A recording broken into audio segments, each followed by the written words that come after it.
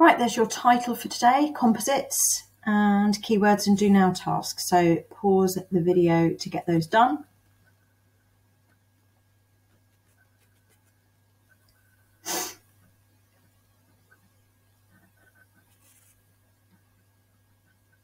I'll go through that now.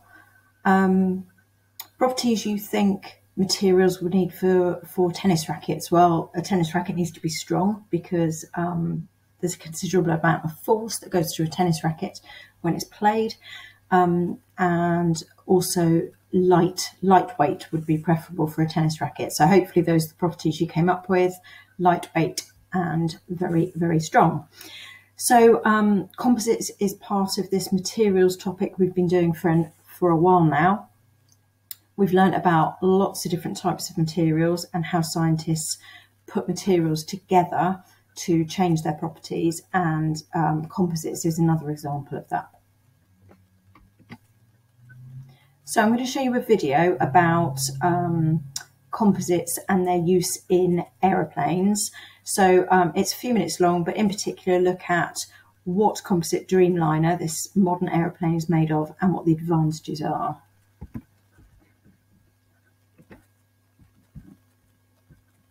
Let's just get rid of me. Okay. Welcome to our home here at London's Heathrow Airport. You join me at our engineering facility, and this is a Boeing 787 Dreamliner. It's the first of a large fleet ordered by British Airways to replace our Boeing 767 and 747 fleets. I'd like to show you some of the aircraft's innovative features and take you behind the scenes. So join me for an exclusive tour of the Dreamliner. The 787 isn't made of aluminium like most previous airliners. This aircraft is made of carbon fibre composite. Carbon fibre has been used extensively in the aviation industry for years, but this is the first airliner to use it as its primary structure. That means the aircraft is lighter and more efficient, which means it produces less engine emissions, and also, most notably for those on the ground, it means it's quieter.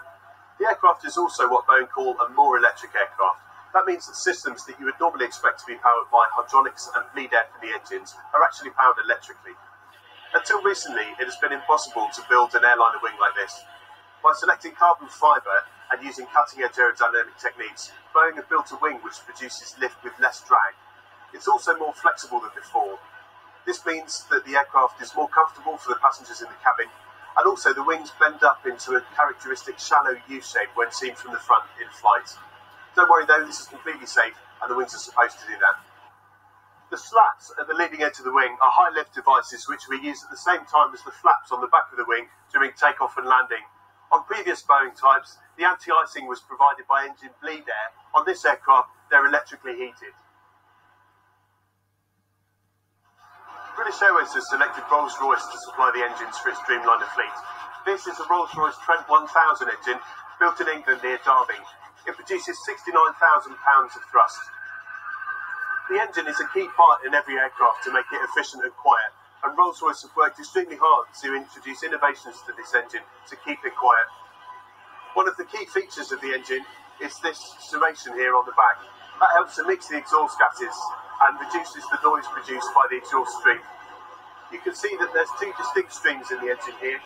This is the bypass stream where the air comes straight through from the fan, and this is the core where the fuel is burned and the turbine extracts the power to turn the fan. At takeoff, the high-pressure turbine blades in here are each producing more power than a Formula One car. Like other Trent models, this is a three-spool engine. Most people are surprised at just how big the wheels on an airliner are. These wheels are fairly conventional, but just behind them, the brakes are a real departure from traditional aircraft systems. These are electrically operated, not hydraulic, which means that there's greater redundancy, lower maintenance costs, and easier health monitoring. For the pilots, they work in exactly the same way by operating the pedals or the auto-brake system. From here you can see just how smooth and shiny the aircraft fuselage is. You can also see that the windows are bigger than you would expect. Because of the material that the fuselage is made from, Boeing have been able to make much bigger windows. Here's the British Airways Union flag livery on the tail. I think it looks really smart. This aircraft was built to replace the Boeing 767 and physically is very similar in size. However, because it's much lighter, you can fit more cargo on board or carry more fuel and go further. So we've had a good look at the outside. Now let's have a look on board. Here we are in the aft galley. As you can see, it's really spacious. Moving up into the World Traveller cabin, you can see our new World Traveller product. The in-flight entertainment features audio-visual on demand, which means we have a wide range of films and television programmes which you can pause and rewind. We also have USB connectivity, such that you can view your photos on the in-flight entertainment screen. Also, there's laptop power at every seat. The passenger experience on this aircraft benefits from a number of improvements. It's quieter, the cabin altitude is lower, the windows let you choose the amount of light you let in, and the lighting can be set to different times of day, helping to control the effects of jet lag. The humidity will also be higher than previous aircraft, giving a much fresher feel. All this means that after a long flight, passengers and crew should notice that they feel more refreshed than before. We don't have pull-down blinds on this aircraft. Instead, each passenger can electrically lighten or darken each window, and in addition, the cabin crew can control them all. This is our premium economy product, World Traveller Plus. We offer this on long-haul flights for passengers who are seeking a more enhanced experience for a more peaceful trip. As you can see, the cabin is only 4 rows long and the seats offer more space. This is our Club World cabin, our business product. This cabin offers exceptional levels of comfort and service, as well as access to exclusive airport lounges. As you would expect from British Airways, all the seats turn into fully reclined flatbeds. We've set out this cabin in a 232 layout. On long-haul flights where we carry extra crew, we have a crew rest area. This contains 2 bunks and a seat and allows us to have some sleep or some time off task. It really does help with our alertness. Don't be alarmed though, if we use this area, there's always 2 pilots on the flight deck. This is British Airways' new simulator flight training facility. Behind me is the Boeing 787 simulator, and beyond that is the Airbus A380.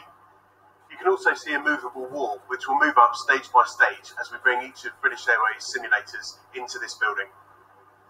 First of all, we've got these really big displays here.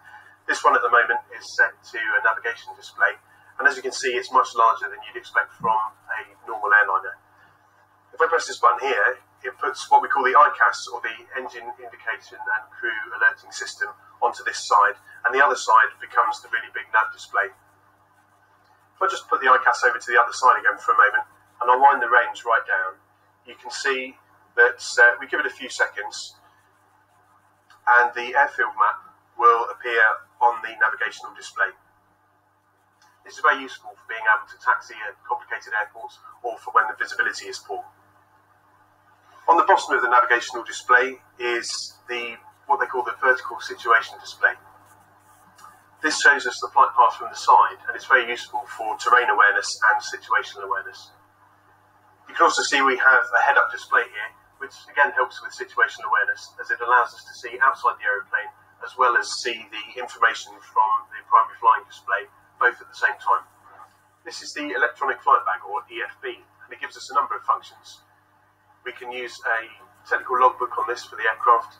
We can show our arrival and departure plates, and we can use it to calculate our takeoff and landing speeds and to calculate the performance of the aircraft at different airfields. I hope you enjoyed this glimpse of our new aircraft. If you haven't already seen it, have a look at our video of the new Airbus A380. I look forward to seeing you on board one day soon.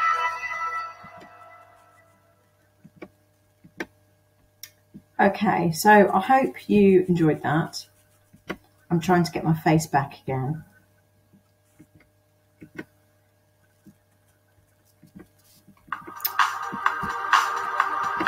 It might not work, but never mind. While I'm trying to sort that, they mentioned, here we go, they mentioned the company Rolls-Royce and the manufacturer of the engine of that aircraft. A friend of mine works for Rolls-Royce. His work is involved in equipment for submarines, but he makes an absolute fortune. I remember going to his wedding, and he and his wife both had their Porsches out the front with Mr. Dobson on one registration plate and Mrs. Dobson on another. So apart from science being really cool, it can pay a lot of money as well. Anyway, I hope you enjoyed that video. It just amazes me how much science and technology and planning and knowledge goes into the manufacture of aircraft. And materials, of course, is a really important part of that. So hopefully you got from the video that the Dreamliner, this new aircraft, is made from a carbon fibre composite. and it's very, very light. So it doesn't need as much fuel, which is obviously beneficial because when we burn fuel, we chuck carbon dioxide into the atmosphere, and that causes global warming. If you haven't watched it yet, the David Attenborough Netflix film is just fantastic. It talks about our impacts on the environment. Also, the Dreamliner is much quieter, and because it's stronger and lighter, they can actually take more fuel on board. So this can be used for the sort of long haul flights. Okay, another example of composite use. Don't know if any of you are Formula One fans. My other half is, so I watch it fairly frequently, not always through choice, but I quite enjoy it. So composites in Formula One now. Hi, it's Toby, and welcome to another episode of How To, where you get top advice from racing drivers, mechanics, and motorsport experts. Let's get started.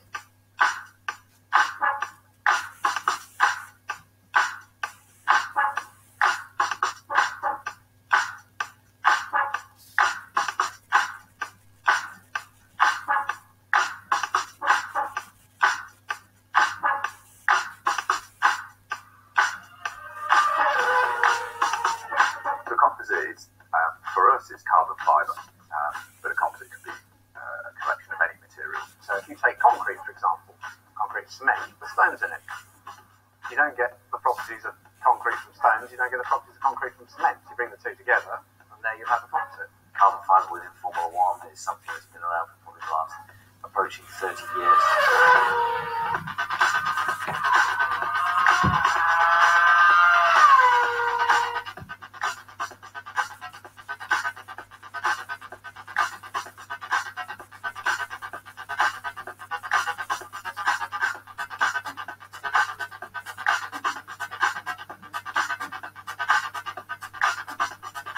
Composite bodywork is quite a complex and labour-intensive process, but it's a process we're prepared to go to make bodywork for the car.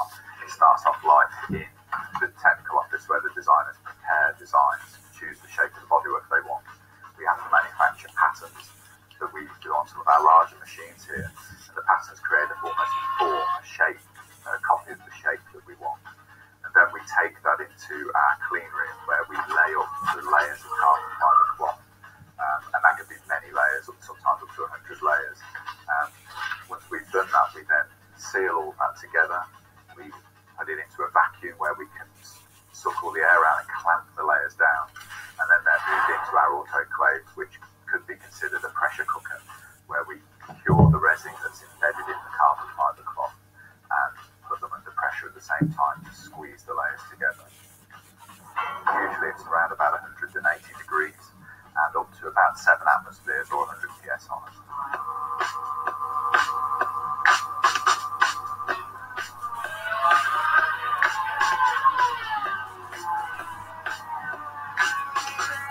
In terms of percentages, it's really difficult to say how much of an F1 car is made of carbon, but actually all of bodywork, so every part of the car that you can see, the bodywork is carbon fibre. The steering wheel is bespokely made to the driver's requirements. All our composites, all the suspension, all the bodywork, the chassis, the survival cell that the driver sits within. It's all composite. The gearbox. Now the majority of teams are using composite carbon fibre gearboxes, so it's a huge impact that it's had on the sport. The cars would probably look dramatically different if it hadn't been introduced.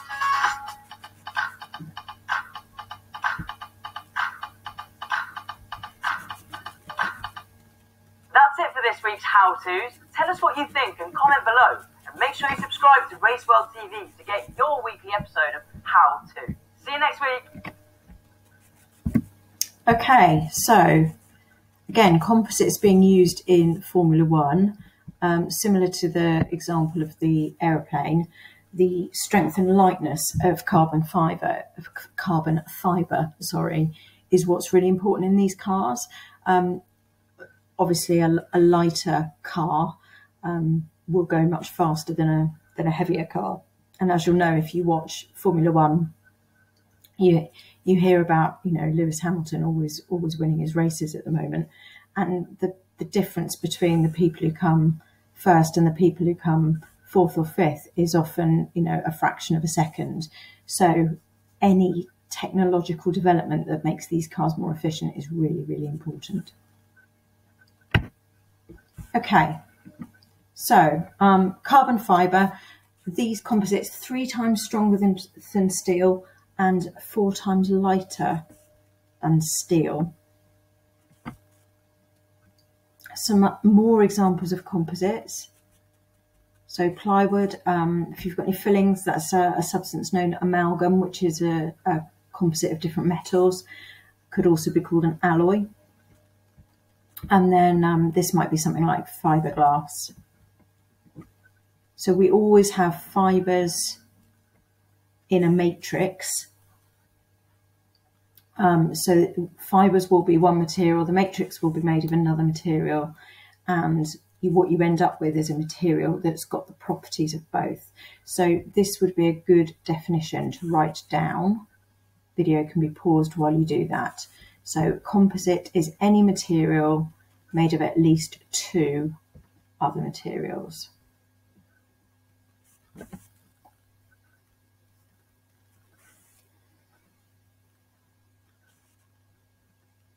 So this example is obviously waterproof coats.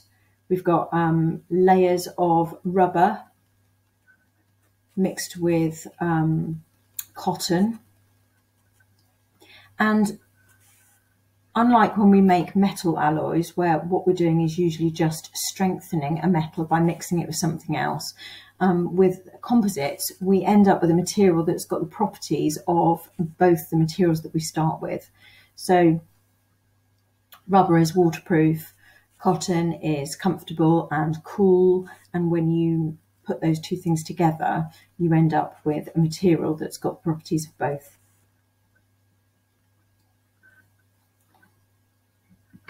Okay, you have a task to do now.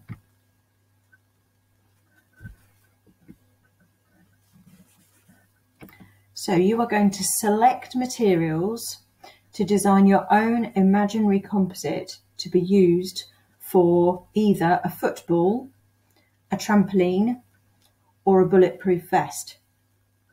Now, depending on how much time is left in the lesson, you might have time to do all of those.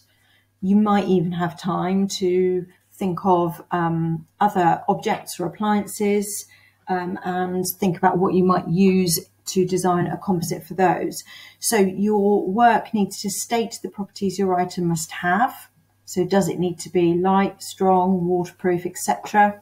Describe which materials you're going to put into your composite and explain how suitable that composite will be for that material. You might not be able to make the perfect composite, so you need to say what's ideal about it as well as what is not so ideal. So to help you do that, you're going to have this sheet. So these are some examples of materials you might choose. If you can think of others and you know what they are and what the properties are, then by all means use them. That would be the sort of challenge option. But your task for the remainder of the lesson is this one, using that sheet to help you. As always, if you finish before the end of the lesson, then there is always something to do. Look back over notes you've made before, do some revision, highlight key points, learn bits off by heart, test each other's recall, that sort of thing. Okay.